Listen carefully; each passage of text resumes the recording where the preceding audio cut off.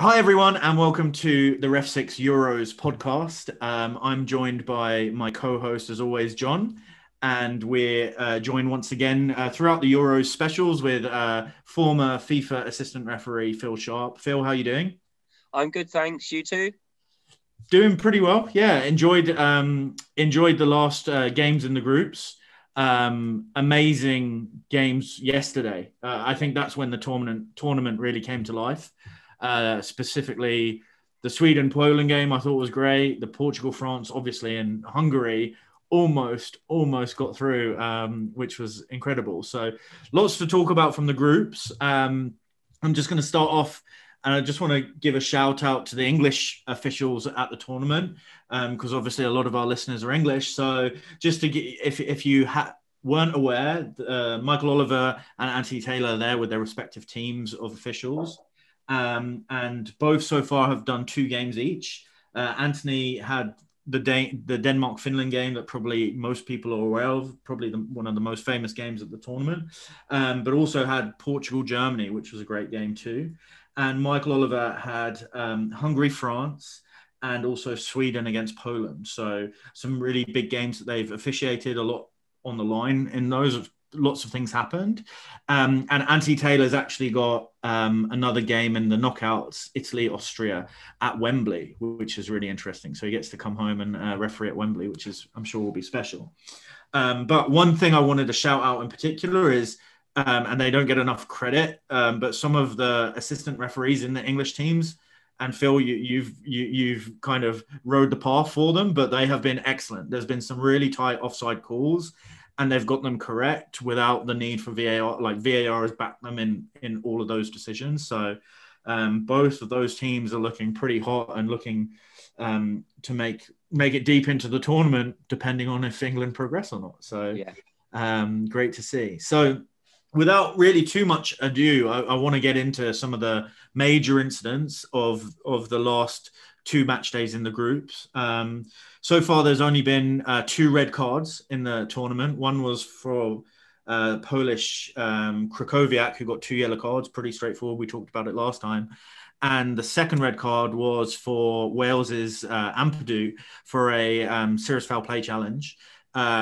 Really interesting, the fact that the referee was the same referee that gave the other red card. So the only 2 red cards were from the same referee.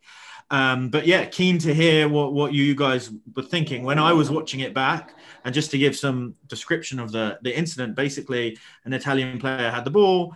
Ampadu made a 5-yard dash to try and win the ball. Didn't win the ball, had a straight leg challenge that caught the Italian player on the top of kind of the foot/ankle. And when I was watching it, I thought, okay, foul, yellow card. And all of a sudden the red card came out and I was a bit surprised by it. But then, watching the back and seeing different angles, you can kind of see why. So, Phil, I'm intrigued to hear your thoughts when you watch that. Like, if that was in front of you, would you be shouting red down the comms to the referee, or what did you think about that incident? Yeah, I had exactly the same opinion as yourself. I saw the challenge and I thought, oh, it's a yellow card. But then when the referee produced the red card, it was a surprise. And what's interesting as TV viewers, we see things completely different with all the different angle cameras that then almost highlight or prove a situation. As an assistant referee, I'd be a long distance away because I think that was in the centre of the field of play. Would I have the credibility? Mm-hmm. What the good thing is that there was an angle on TV where you see the back of the referee having a clear, unobstructed view of the incident. And for me, what turns it into a red is that player's foot is at what we could say at 90 degrees to be in a straight foot onto the opponent. So it's almost like it's been twisted. So the studs and the boot, as you say, catch the top of the foot, lower part of the leg. And I think what's happened here is that all the teams prior to the tournament started have had a representative from UEFA visit them and say, right, this is what we're going to do for deliberate handball. We're not going to allow dissent. We're not going to allow mobbing of match officials, and any challenges that are going to be as we're describing in this situation, will be a red card. Mm-hmm. And I think that's what's happened. There have been other, you could say, sort of similar challenges which have warranted a yellow card, where we mentioned, I think in podcast 1, that it was a tread on an opponent's foot, whereas this was more a turned the foot at 90 degrees and gone into that lower part of the leg, which has changed it from yellow to red. What do you think? Well, I think there's two things that convinced me it was a red, because I am convinced, and we're going to hear Jon's take in a minute because he's smiling because it doesn't look like he's convinced. But there were two things for me. The point of contact was higher than we've seen with the other challenges, right? It wasn't on the top of the foot.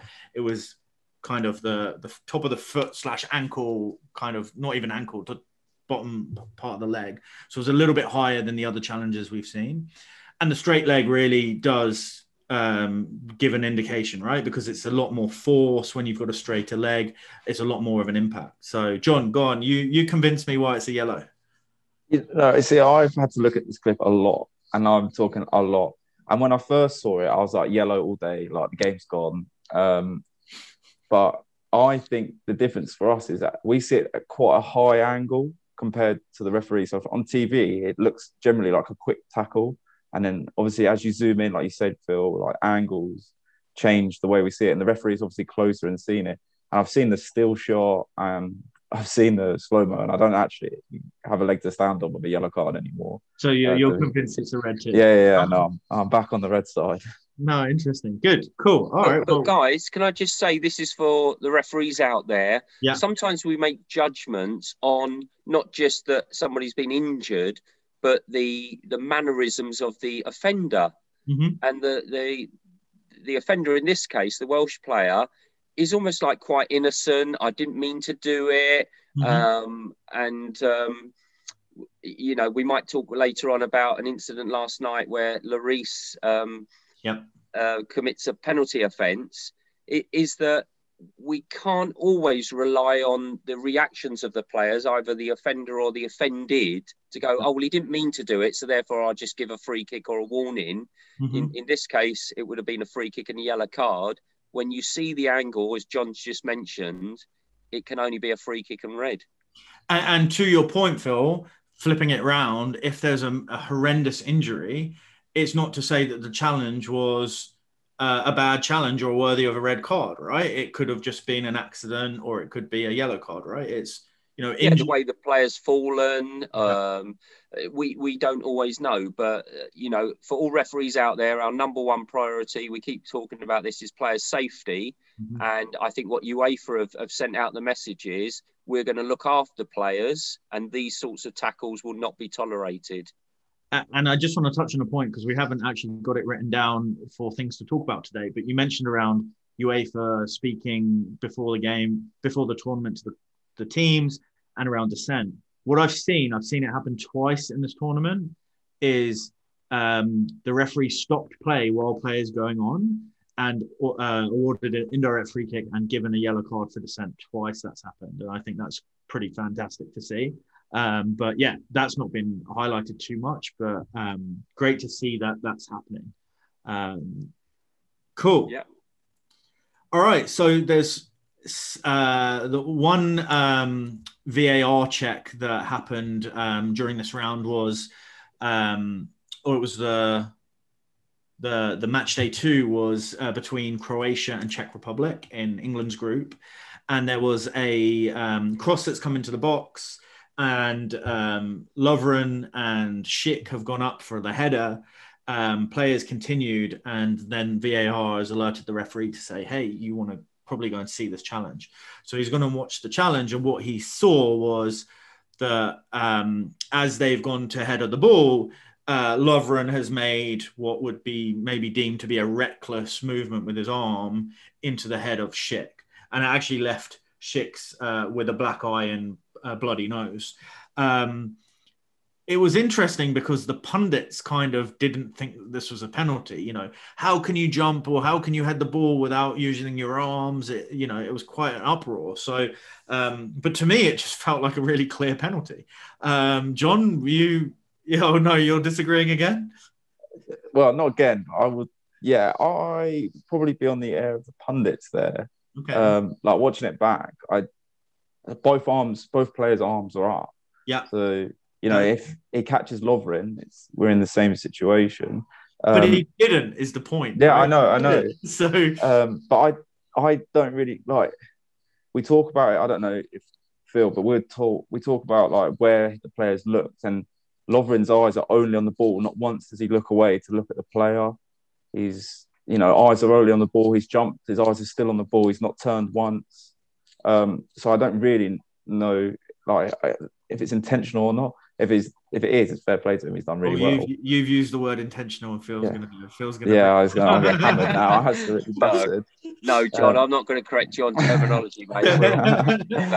What I would say is, if that was a grassroots game or a game where there was no TV cameras, I think a referee would just play on.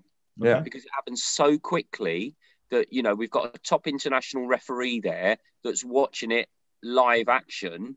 And the game continues, and then when VAR says, "Look, I think you need to come and check this on the monitor on the side of the pitch," he goes over, and he was immediate, wasn't he? He almost rushed back to point to say it's a penalty and issue a yellow card. And this is where we have to think about: was it illegal use of the arm, yellow card, or was it using the elbow, which should have been red card? Mm-hmm. So referees then have to make another judgment on, players jumping up using their arms. Sometimes their forearm catches somebody in the face. That's not violent conduct. That would be a yellow card for, illegal use of the arm. Mm-hmm. But yeah, VAR has determined that that's an illegal challenge, a reckless challenge, a yellow card. It's in the penalty area, so the penalty was awarded. So, the VAR team there have acted promptly to assist the referee. And do you think that it was a right call? Yeah. After seeing it back and everything, because players have to jump. But they also know the consequences that if there's a foul challenge that they commit in the penalty area and they're a defender, they're likely to give away a penalty kick, aren't they? Yeah. And so another coaching point here is, why wasn't it a red? And so the one thing I thought that I could tell, and I don't know where I've been taught this, but basically if it's a clenched fist and the elbow goes, then it's kind of, you can tell that there's an intent to hurt, I guess. Whereas an open palm, it's showing a bit less force. Is that a fair kind of reflection on what to look for in those situations? Yeah, that's been a sort of judgment call by match officials for a number of years now, because, correct me if I'm wrong, but people don't jump with a clenched fist. Yeah. They might just jump with their hands up like this. But if you've got a clenched fist, that's if we want to take away the word intentional, we could use the word deliberate. Mm-hmm. So I've clenched my fist to almost get more power into that. That's a call that the referee has to make. So he's making more than one judgment by watching the pitch side monitor. Mm-hmm. Was there an infringement? Yes or no? If yes, what's going to be the restart? And is there going to be any disciplinary action against the offender? Yeah. Whether we touch on, again, Lloris from last night. Yeah. In that game. Well, let's go into that one, because that was a fairly similar. And actually, I think this is another question I have. So, let's describe it. A ball comes into the box. Lloris goes to punch the ball. The attacker for Portugal, I think it was... I'm not going to remember his name.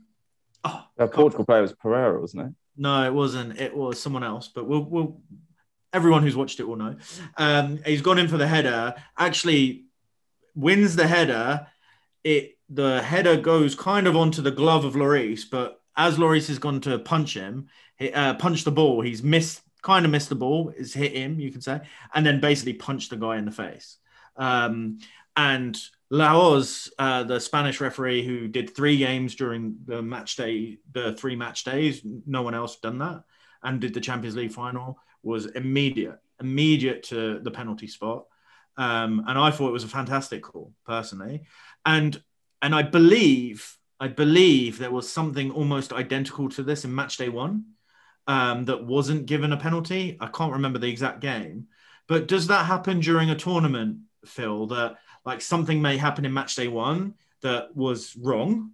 And would UEFA say, hey, here's this incident. From now on, if this happens, this is the new decision that needs to be had? Because it kind of felt that the immediate nature of that decision felt like it was really in Leos's head. Like, oh, I've just seen that the other day. I've been told, hey, I need to give that. That's how it felt. Does that happen at a tournament? Yeah, very much so. So after each match, the match officials are given a debrief. And there's, let's just say, half a dozen clips that are chosen, mostly about the referee. Some might be about the assistant referee. And then what they will do is have the whole team of match officials in a room. Mm-hmm. And they might have a review on, like, let's just say the first 4 matches, the first 6 matches, the first complete match day, and highlight either situations which are, well done, this is what we've asked you to do and you've been doing it. Mm-hmm. But there might also be, as you've just said there, incidents where, oh, was there some grey area here? Or and what UEFA do, which is very good, is that they come up with a definitive answer. Mm-hmm. If this is to happen in the remainder of the tournament, you will do this. Yeah. And so that there is no argument or disagreement, because if you think back to it, with any international tournament, you've got match officials from all different countries, and we all know that although there's one set of laws of the game, referees in their own country officiate to their own country. Mm-hmm. When they're on an international tournament, they have to adapt to what that tournament wants. And so this message from UEFA is basically saying, you will do this. And if referees are doing it, you're going to get a pat on the back. Well done. And if you don't, then they're asked why you didn't. Yeah. And so with this particular Lloris incident, some people have said, oh, well, but Lloris actually kind of got the ball, right? But he didn't, because the attacker had headed it onto his hand, right? So, John, for you, clear? Yeah, I think so. And I think we discussed this on one of the last pods as well. And I have to hold my hands up and say what I said back then was wrong. Yeah. Because I said that, yeah, the keeper's got a right to go for the ball there, but I just don't think that's correct anymore after watching that. I think that's an easy pen. So, yeah, we move. Yeah. And Phil, you thought pretty straightforward? It's not one that we see often, right? Yeah. You know, it's not often we see something like that. And sometimes, like we've seen already in this tournament, it hasn't been given. So, yeah, keen to hear what your thoughts are on that. Yeah, definitely a penalty. Mm-hmm. But I just want to raise a question about I know what you're going to say. What sanction a referee should give. Now, a lot of the time you might say, well, it was accidental, didn't mean to do it. But don't the laws state that if you endanger the safety of an opponent, okay, then that has to be dealt with? And a lot of people will go, oh, he didn't mean it, it wasn't violent conduct. Yeah, I can accept that. But we have to think about what else is in the disciplinary sanctions. And the other one is serious foul play. Mm-hmm. So I didn't kick somebody in violent conduct, but I made a bad tackle, which means that it's a red card offence. Mm-hmm. So did Lloris catch the opponent in the face with either a fist or a forearm in the attempt to play the ball? Yes, he did. So I'm not saying it's violent conduct, but I think it's serious foul play. But how many referees would give a penalty and a red card and that be accepted? Yeah, it wouldn't be that. And this is, I kind of agree with you, because it is almost serious foul play. But then you've got to take into what does football expect, right? And that is not what it expects in that situation, right? Yeah. So yeah, super interesting on that. So we'll just jump around a little bit while we're on the France-Portugal game. Leo's had a really interesting game. He actually gave 3 penalties. It could have potentially given a 4th one late on as well. The most talked about one was the one that France were awarded shortly before halftime, a foul on Mbappe. The ball was kind of hit into the box. It was pretty much going straight towards the keeper. And the Portuguese defender is kind of, I don't even know how to describe it, blocked off or pulled back. I don't even think it was a pull. It was just like a a block really on Mbappe, and Mbappe goes down again. Laos really quickly penalty. This one probably is a lot more softer than a penalty we've seen going for previously. So really keen to Phil. This one's for you first. I think. I'm intrigued by this one from your side. Do you think it was a pen? Do you think it was a soft pen, or do you think it wasn't really a foul?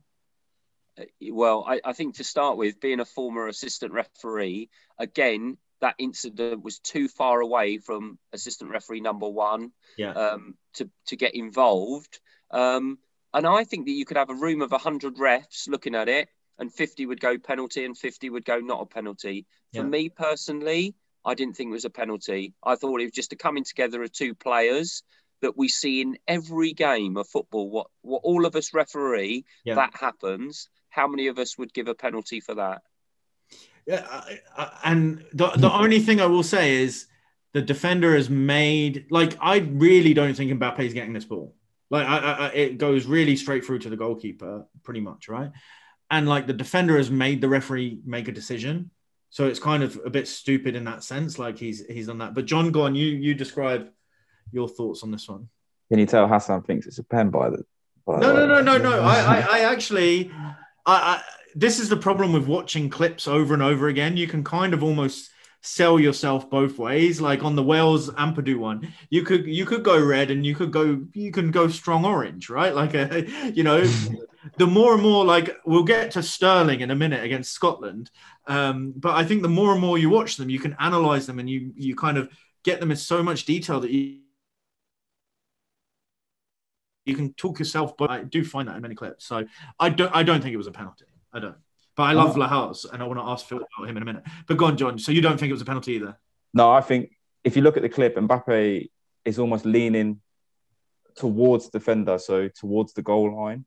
And that makes, I think, an easy decision because he's already on the way down. In my personal opinion, he's already on his way down. Yeah. I watched it live and I was like, that's not a penalty, and was quite surprised that it was given. But it is what it is. So I'm going to ask a topic here that no referees will ever talk about. So we'll see if we'll talk about it. Is there ever like this approach of evening it up? They talk about it on the TV. They say, oh, they've given them a penalty earlier, so they're going to even it up. Like, go on, Phil. You're shaking your head vehemently saying, no. So go on. No, definitely not. A spectator, a fan might think that, but as far as match officials are concerned, that's never been the case. I've never seen or heard anything like that. So me shaking my head naturally was basically saying, don't even sort of suggest that, because it's if I made a mistake on a throw-in, corner, goal kick, offside or free kick, I didn't sort of think like, oh God, I've got to even that up. I was almost thinking to myself, why did I do that? I'm questioning myself, but then I've got to move on because soon after that I've got to make another decision. But it certainly wouldn't be right. I'll give the next throw in to the other team, because that's that saying of two wrongs don't make a right. Or well, you was wrong with that one and you were now wrong with this one. What else you're going to be wrong with? At least you're consistent though, Phil. No. But one mistake is one mistake. Consistency, or do you have to make two mistakes for it to then be consistent? Yeah. No, I get you. I completely agree. So, what are your thoughts on Laos as a referee? Because he's very different to pretty much all of the referees at the tournament. He's a little bit more. He has a lot more personality. I said on another show that we did with another group that, previously you all know this name more than most, but Pierluigi Collina was a personality on the pitch. He was getting involved. He was having conversations. And really since then, we haven't seen as much personality from referees on the pitch. And now Laoz is almost like a throwback to that type of Collina type personality. Some people love him. Some people, he's kind of like Marmite. So what are your thoughts as you watch him? I don't really have an opinion, and that's only because I've only seen him in a handful of games in the recent past. Yeah. I just think he's a little bit quirky. Yeah. With the penalty, the first penalty last night, he was in a position and then he almost ran round everybody. Yeah. To sort of get a different view from everybody else. And it was quite like, where are you going? Or what are you doing? It was like, and I don't know the guy, you know. I know he's very passionate because I've read stuff on websites where, you know, for the Champions League final, he's very honoured and he seems quite grounded. But another referee, Mike Dean, is really quirky, isn't he? Mike's full of sort of like mannerisms and things like that, whereas maybe off the football field, he's not like that at all. Yeah. You know, so that's him as a referee. If he's performing well and he's getting the big decisions right, then I also noticed that he'd had 3 games, and there's I think 3 referees that have only had 1 appointment. Yeah. So if you're getting 3 appointments, you must be doing something well.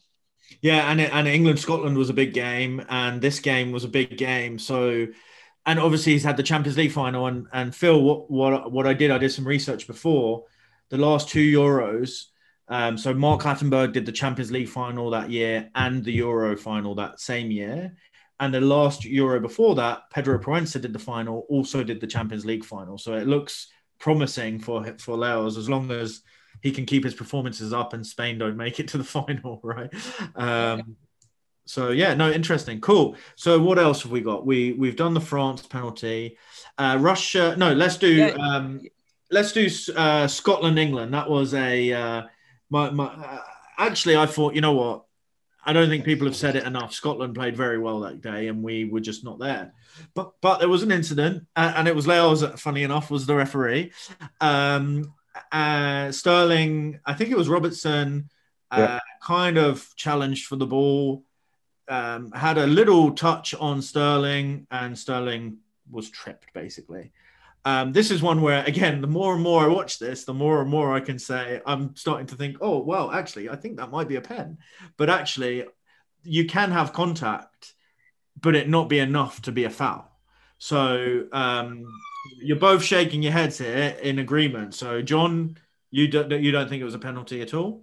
Oh, no, I think it's a pen. Oh, you do? Okay. Yeah. I think if you look at where Robertson plays the ball, or the way Robertson swung his leg, I don't think it looks like he's really ever gone for the ball, because the ball's actually forwards and Robertson's leg goes backwards and then hits Sterling. So I think it's a pen. Oh, interesting. And a Liverpool fan, so yeah, not backing your own player. Go on, Phil. This is actually your side now. That's this. Yeah. So. Yeah. Do you know what? I had a career. People that know me sort of laugh that I had a career of quite a lot of big incidents happened down the other end of the field of play. Okay. So I was known as the assistant down the other end. But what I'm going to say is ITV, interestingly, have Peter Wharton, former Premier League referee, and Peter was also an international assistant referee many years ago. He's probably sitting in a van or a room somewhere watching all the games, and whenever there's something that ITV need clarifying, then they ask Peter to make a comment. And Peter's comment was, no chance of a penalty for me. He's gone down too easy. Yes, he does get slightly tripped. And the thing here, John made a comment earlier about a player that goes down too easy. Does that then convince the referee that it's not a penalty, even though an offence took place? And Peter himself said, he does get slightly tripped. Well, is that like slightly offside or slightly a goal? Or, it either is or it isn't. And something that we mentioned in the previous podcast was about VAR only interjecting if it's a clear and obvious mistake. Yeah. So if a referee thought that there was contact but not a free kick stroke penalty, VAR aren't going to get involved, are they? Because it's not a major, it wasn't a major sort of shirt one of those or that you mentioned, or challenge. It's one of those that you mentioned if 100 referees, 50-50 again, I think, right? Yeah. And there's, John, you sort of mentioned something that... didn't the Scottish player's foot, did he sort of like tread on Sterling's foot or something? Yeah. And although we've mentioned earlier about, in other games that might be a yellow card, I'm not saying that in the challenge it had the weight to be a yellow card, but that's the contact point that I'm saying that's where the decision's made. Yeah. Yeah, and it's all about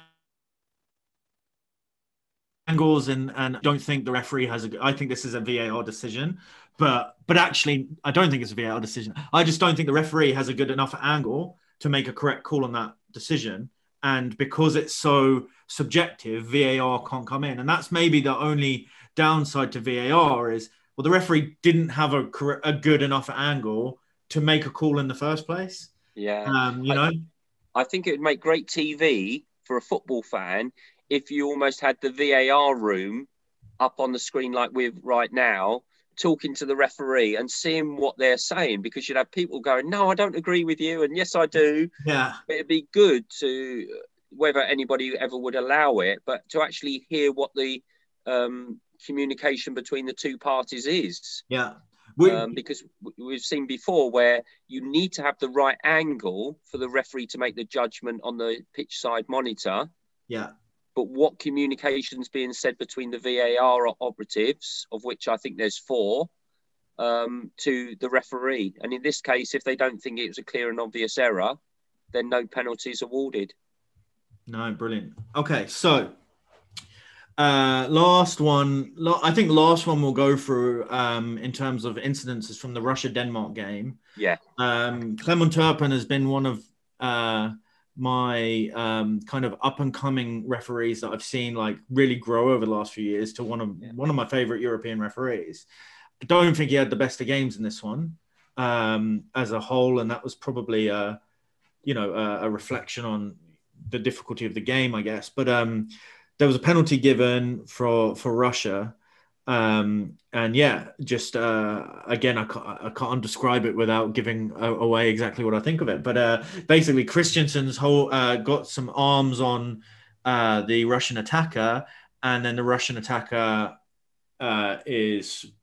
falls to the ground or is tripped to the ground. I don't know. So, John, you go. Like, what did you think of this?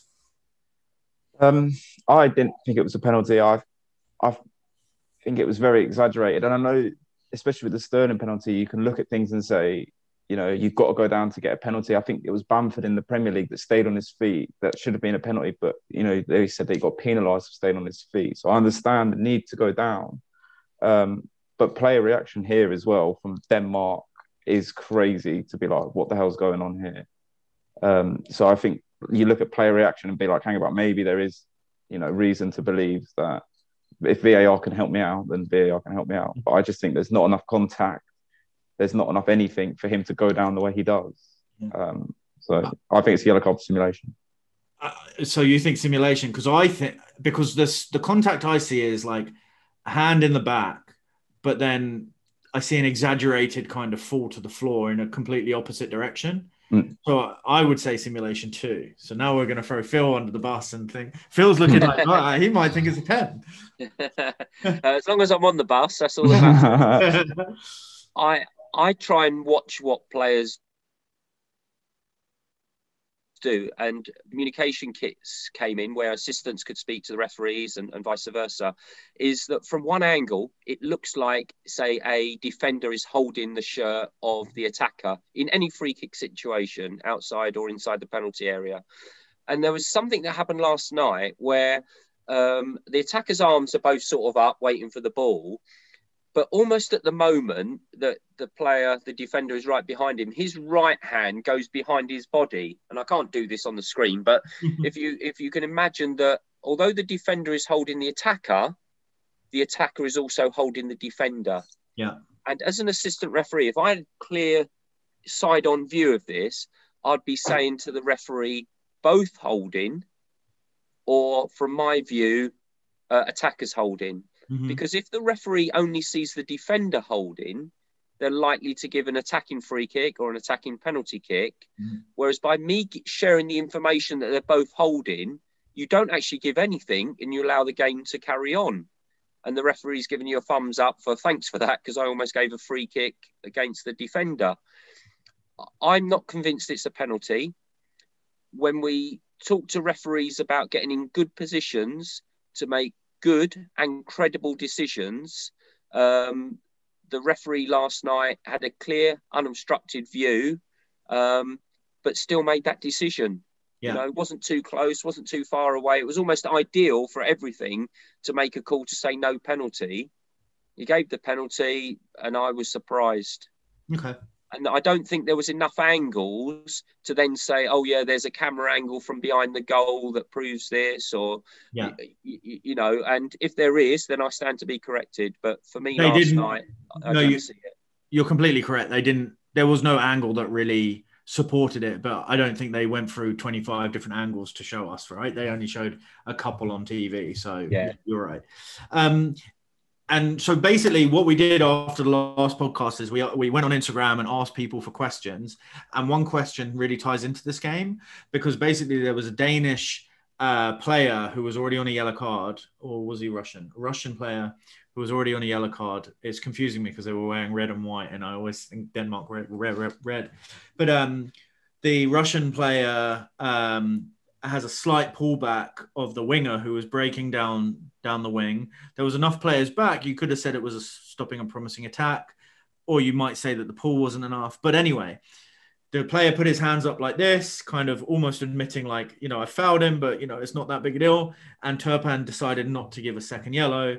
And, you know, we don't, I'm not fussed about should it have been or shouldn't have been. But the question that really relates to this is there a higher bar for a second yellow card?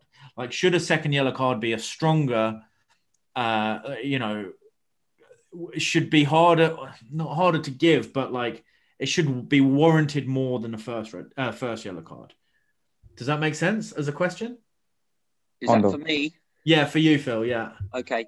I would say that no, it shouldn't be, but we have to think about the image of the game and the spirit of the game, everything like that, in so much as that 2 reckless challenges, 2 yellow cards equals a red.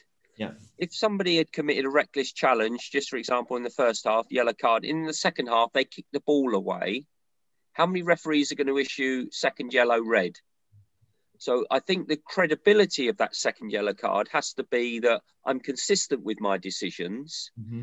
But if somebody says to you, oh, ref, that was a joke decision, are you going to give me a yellow card for dissent, second yellow, red? Or, as you're sort of saying, does it have to be another similar sort of incident to go, well, I've already done that and I've warned you, here's something exactly the same and I'm going to be consistent, yellow equals red. Yeah.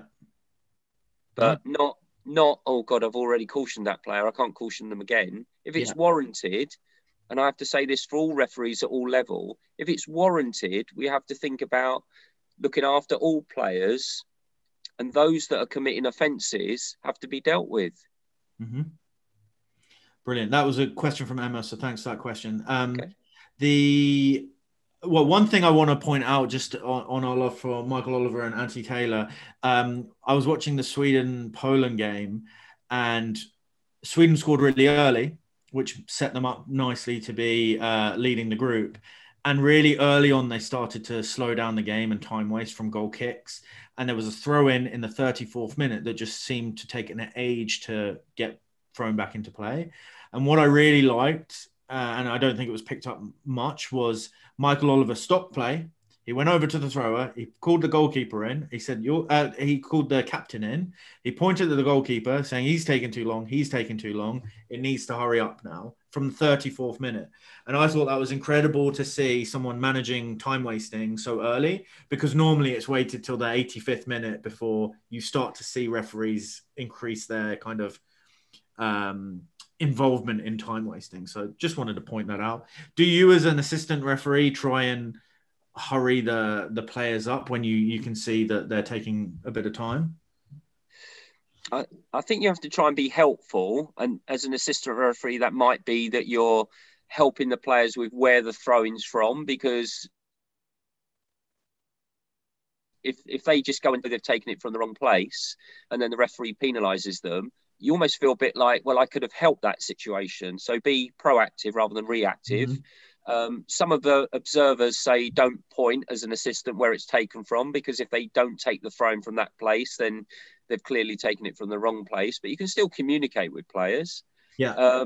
Let's not forget that if it was a really, really bad case, then the referee could caution a player who's taking the throw-in for delaying the restart of play. Okay, it's a yellow card, and it's still that team's throw-in. It's not an offence because the ball's out of play. So that team would still have the throw-in, but delayed the restart. But again, how often does that happen? So verbally communicating to everybody early on is really good practice. If you leave it, as you say, to the 85th or 88th minute, it's too late. They've got away with it. So deal with it early if you feel that a team is using that as a tactic. And the other good thing that you mentioned there is if the referee's highlighting more than one incident, then that's consistently a team tactic. Yeah. And you can deal with it. So good point. Brilliant.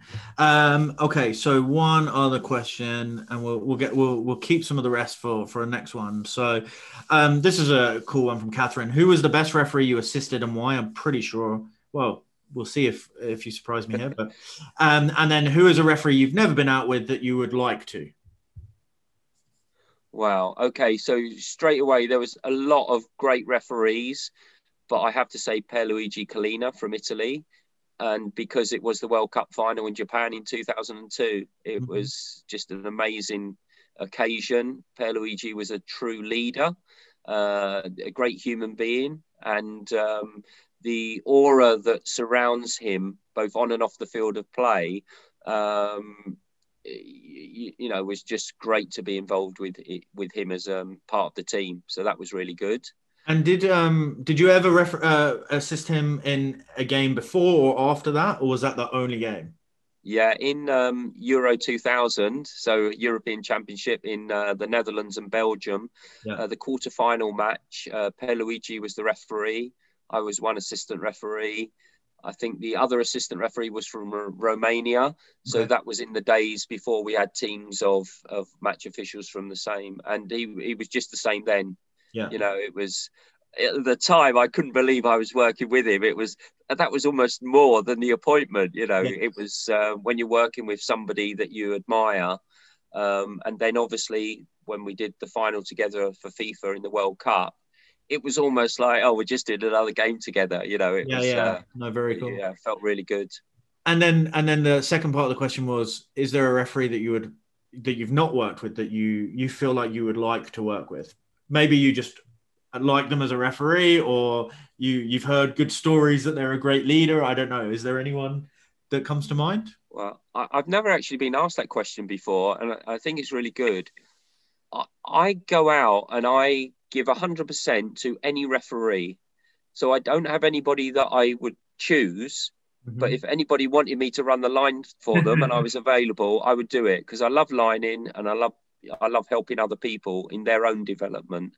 So there's not a top ref that I would say that I've not worked with, but any referee I would love to work with. No, brilliant. So Phil, thank you so much again for your time. There's loads of other questions, but we'll get to them next week. Really interesting insights. Thanks so much for talking through the clips with us. John, thanks for your insights. I'm glad we disagreed on some and agreed on some, as always. And to those who are listening, feel free to give us a rating. Feel free to ask any questions that you want of Phil. We're getting some really amazing insights as we're talking through these clips. So hopefully you're finding that valuable. And we will see you next time after the round of 16 is finished. Thank you very much. Take care, guys.